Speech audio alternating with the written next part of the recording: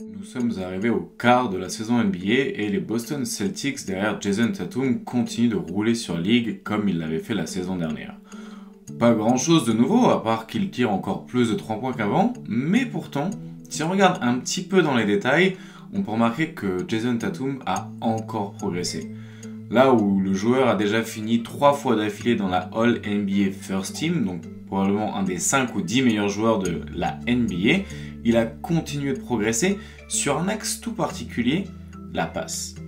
Alors dans cette vidéo, j'ai un peu envie qu'on prenne le temps de regarder un petit peu sa progression à la passe, quelques highlights et aussi essayer de comprendre d'où il est parti, où il est arrivé maintenant en tant que passeur et quelle différence ça permet et ça offre à l'attaque des Celtics. D'abord, retour en 2017. Quand les Boston Celtics ont décidé de drafter Jason Tatum en 3e position, après avoir échangé le pick avec les Sixers qui sont partis sur Markelle Fultz, l'histoire donnera raison aux Boston Celtics. Mais à ce moment-là, Jason Tatum n'est pas vraiment un passeur, voire pas du tout un passeur. Il ne fait pas du tout partie d'un scouting report où les analystes ont mis en avant sa passe. Il est même parfois comparé à Carmelo Anthony et pourtant, on pourrait déjà voir quelques flashs sur sa première saison à la passe.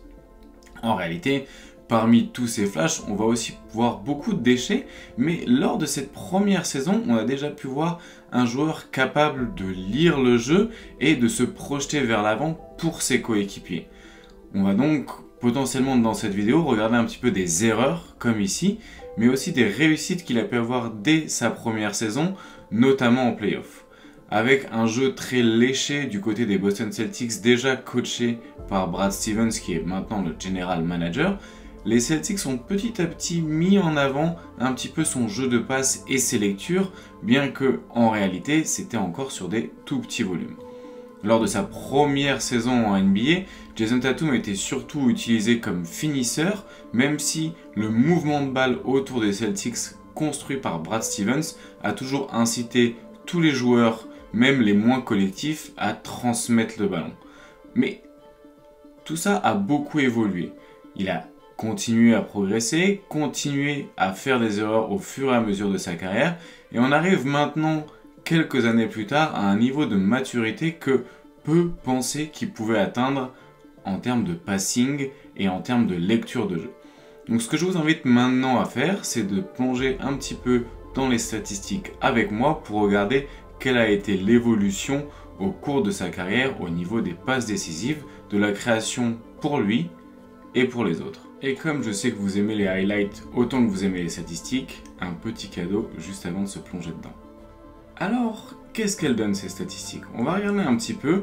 Au début de carrière, Jason Tatum avait un usage de 18% pour un assist percentage de seulement 8%. On peut voir que l'équilibre est beaucoup plus orienté vers le scoring que la passe, et on voit même qu'avec 11% de pertes de balles, il faisait même plus de pertes de balles qu'il faisait de passes décisives. L'année suivante, on voit qu'il y a une augmentation du usage, donc une augmentation d'utilisation, une augmentation aussi petite des passes, et on va voir que le niveau de perte de balles reste assez stagnant tout au long de sa carrière. Et ce qu'on voit au fur et à mesure, c'est que le usage, il augmente autant que le passing, jusqu'à cette année, où bien que le usage soit resté stable, le pourcentage d'assist est passé de 21 à 25%. On a donc un Jason Tatum bien plus playmaker que les années précédentes et l'équilibre de son jeu tend de plus en plus vers la passe, vers la création collective. Mais alors, qu'est-ce que ça donne sur le terrain une fois que les caméras sont sur le parquet? Comment Jason Tatum se transforme-t-il en si bon passeur? Comment a-t-il augmenté son volume? Quelles sont vraiment ses capacités en tant que passeur? Je vous propose de regarder ça ensemble avec différents chapitres. On va étudier chacune de ses mains et d'abord la gauche. Mais avant ça, profitons d'un petit highlight avant de rentrer dans l'analyse. Regardez comment il arrive à anticiper la prise à deux de Derrick Jones Jr. et comme un Jokic, ignore l'interception et transmet à Peyton Pritchard ouvert à 3 points. Mais bref, pas trop de highlights, quoi qu'on va regarder quand même pas mal. Mais commençons par sa main gauche et cette nouvelle capacité à envoyer des passes à une vitesse incroyable sur sa main gauche. Et ça peut paraître anodin, Mais ouvrir le jeu avec sa main gauche de cette telle manière lui permet en réalité de devenir une menace sur drive des deux côtés du terrain. Et peu sont les joueurs, surtout les ailiers aussi grands, aussi orientés d'habitude vers le scoring, capables d'envoyer de telles passes et de trouver des coéquipiers dans les corners avec une telle facilité. Et en fait, cette skip pass là, avec la main gauche, elle ouvre tout le terrain. Elle ouvre un deuxième corner et l'accès au cercle pour ses coéquipiers. Et en fait, avec ces passes-là, il s'ouvre des zones, les zones les plus rentables, il s'ouvre beaucoup de possibilités pour pouvoir servir ses coéquipiers dans les meilleures conditions, mais aussi, une meilleure passe main gauche signifie aussi un meilleur dribble main gauche. Et on va voir que comme sur ce late double, il est beaucoup plus patient, il est beaucoup plus capable de laisser le jeu venir à lui et envoyer des passes du coup des deux côtés du terrain, ici pour obtenir un goaltending face à Giannis qui avait contré en mettant la main dans le cercle. Passons maintenant à la main droite et aux passes du coup envoyées par la droite, même si j'ai un peu du mal avec ma droite et ma gauche, habituellement je pense qu'on va bien s'en sortir ici. Premier exemple avec cette bounce pass, sur un pick and roll, on voit que comme sur sa main gauche, il est très à l'aise à envoyer ses ballons en live dribble, c'est-à-dire en train de dribbler à une main. Et ça en fait ça permet vraiment de fluidifier le jeu, de permettre à ses coéquipiers de se projeter beaucoup plus vite vers l'avant et lui d'envoyer des passes à n'importe quel moment dans n'importe quelle zone. Il n'est plus obligé d'attendre la fin d'un drive and kick pour envoyer une passe rapide vers ses coéquipiers. Il peut le faire en dribblant, comme on l'a vu comme ici sur un corner, mais aussi sur un accès au cercle lors d'un pick and roll. Et du coup, il commence à jouer petit à petit comme un meneur et à envoyer un petit peu ces passes-là dans les meilleures zones du terrain pour ses coéquipiers. Il peut aussi le faire à deux mains, ce qui peut être très intéressant un petit peu pour sécuriser des passes plus compliquées. On le voit de plus en plus justement s'assurer sur un driving kick pour trouver la meilleure possibilité d'envoyer le ballon à deux mains. Mais s'il peut envoyer le ballon à deux mains, c'est parce qu'il est beaucoup plus grand que parfois certains joueurs qui défendent sur lui. En réalité, de plus en plus, il va presque jouer comme un meneur de jeu et par cette grandeur, cette envergure, il peut passer par-dessus la défense, n'a pas besoin de se tendre une main plus que l'autre pour arriver à passer par-dessus un défenseur et elle peut le faire un petit peu à deux mains comme un joueur de football le ferait sur une touche pour trouver les autres joueurs dans les meilleures zones du terrain encore une fois. Donc là on est en train d'assister en fait tout simplement à l'éclosion d'un joueur capable d'envoyer par la gauche, par la droite, à deux mains, par-dessus, par-dessous et au milieu d'une défense, des passes sans même parfois regarder ses coéquipiers. Vraiment une progression énorme quand on voit du coup d'où il est parti. Et quelque chose que j'aime beaucoup, c'est que quand il n'est pas dans ce rôle de meneur, on le retrouve sur du short roll. Exemple premier ici face à Washington, mais on va en retrouver beaucoup d'autres. Et en fait la réalité, c'est que Tatum, c'est un super poseur d'écran. Mais comme vous l'avez vu aussi, c'est un super passeur. Et maintenant qu'il commence à avoir beaucoup d'expérience dans la grande ligue, il est aussi très bon à la lecture. Et du coup, en voilà un nombre d'exemples incalculables où en fait, il vient poser l'écran. Si la défense décide de monter à 2 sur le porteur de balle ou de l'ignorer, au milieu de la défense, il peut trouver ses coéquipiers ou punir au cercle.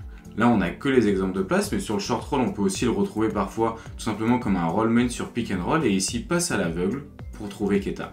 Donc vraiment dans les lectures, une fois qu'il est sur le short roll, il peut punir en envoyant le ballon au cercle ou dans le corner. Et en fait, on va le retrouver vraiment dans énormément de variétés d'actions. Je vous laisse en découvrir quelques-unes où tout simplement il va dribbler pour punir par exemple ici un late double et envoyer le ballon directement à Derrick White qui était esselé. Donc ça aussi, encore une fois, comme j'ai dit tout à l'heure, son évolution au dribble est vraiment très intéressante et se transmet très bien dans ces passes-là, où en réalité, c'est devenu pas seulement un meilleur passeur, mais un meilleur dribbleur, un joueur tout simplement beaucoup plus à l'aise avec un ballon dans les mains, capable de faire ses lectures rapides et son agilité corporelle, donc ses bras, ses coudes, ses épaules, ses poignets, se sont développés pour envoyer des passes de plus en plus grandioses, des passes à l'aveugle, des passes dans le dos, des passes par-dessus la défense sur pick and roll, pour vraiment, entre guillemets, contrer toutes les situations, tout ce que la défense pourrait lui envoyer. Quand il était plus jeune, beaucoup de fois la défense envoyait 2 joueurs sur lui pour un petit peu lui faire perdre pied. Et maintenant on réalise que c'est pas forcément une bonne solution parce que par sa taille, sa capacité de lecture, il va voir arriver ce genre de situation et il va pouvoir punir. On le retrouve aussi de plus en plus depuis l'année dernière sur des passes depuis le post-up. En réalité, c'est devenu un joueur de post-up depuis 1 an et demi à peu près.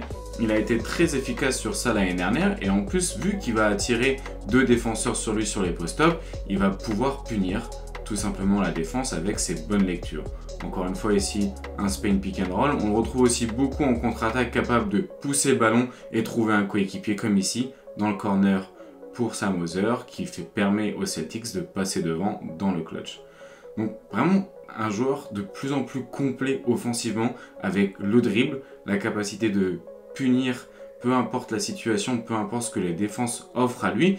Il a en plus un petit peu retrouvé son pull-up cette saison qui lui permet en réalité d'être parmi les joueurs les plus efficaces de la ligue sur un gros volume. En réalité, sur un gros volume cette saison, donc on va prendre les joueurs à plus de 30% d'usage, très peu sont aussi efficaces et aussi playmakers que Jason Tatum. On va retrouver seulement Giannis Antetokounmpo, Nikola Jokic, SGA, Jalen Brunson, Damian Lillard et Stephen Curry, la crème de la crème, et très peu d'ailiers en réalité. Donc c'est vraiment un joueur de plus en plus à part, avec un handle capable de punir peu importe ce que la défense offre à lui. Mais se pose alors une question. Si Denver continue à enchaîner les défaites et les matchs compliqués, et si Boston continue à rouler sur la ligue, pourrait-on avoir le premier MVP sous un maillot des Boston Celtics depuis Larry Bird? Sera-t-il l'année décisive pour Jason Tatum? Sera-t-il l'année du back-to-back pour les Celtics? En tout cas, il va falloir être patient pour le découvrir. Mais pour l'instant, en tant que fan des Celtics et en tant que fan de Jason Tatum, on va pas se mentir, on prend vraiment beaucoup de plaisir. En tout cas, j'espère que cette vidéo vous aura plu, que vous aurez découvert peut-être un nouvel aspect du jeu de Jason Tatum. Et nous, on se retrouve pour une prochaine vidéo sur la chaîne plus tard dans la semaine. Moi, je vous dis à bientôt et bonne journée.